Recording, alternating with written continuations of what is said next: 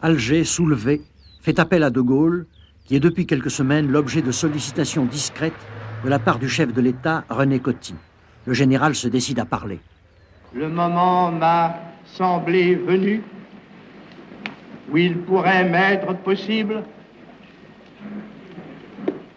d'être utile, encore une fois, directement à la France. Utile pourquoi? Parce que, naguère, certaines choses se sont passées, ont été accomplies, que les Français le savent, que les peuples qui sont associés aux nôtres ne l'ont pas oublié et que l'étranger s'en souvient.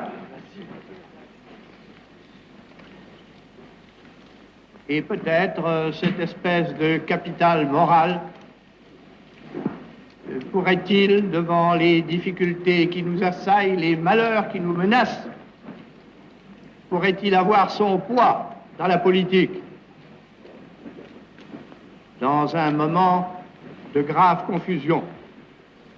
Utile enfin, parce que je suis un homme seul, que je ne me confonds avec aucun parti et aucune organisation, que depuis 6 ans, je n'exerce aucune action politique, que depuis 3 ans, je n'ai fait aucune déclaration, bref, que je suis un homme qui n'appartient à personne et qui appartient à tout le monde.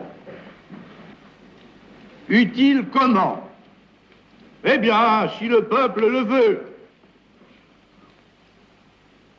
Comme dans la précédente grande crise nationale, à la tête du gouvernement de la République française. Est-ce que vous garantiriez les libertés publiques fondamentales? Est-ce que j'ai jamais attenté aux libertés publiques fondamentales? Je les ai rétablies.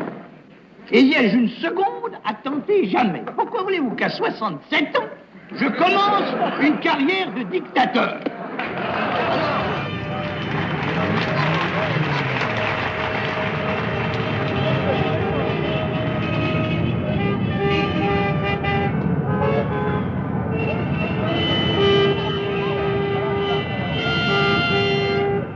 Ainsi, mon gouvernement se trouve affaibli au moment où il faut affronter des tâches de plus en plus redoutables. En conséquence, j'ai présenté ma démission.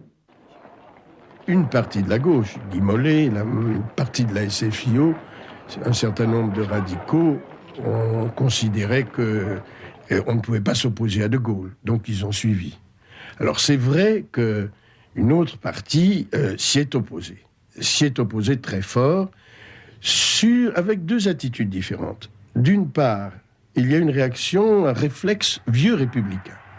De Gaulle est un homme qui n'a pas vraiment la sensibilité démocratique. Il y a l'idée d'une constitution tout à fait différente, qui est assortie en plus du fait que De Gaulle est venu au pouvoir à la suite des événements d'Alger.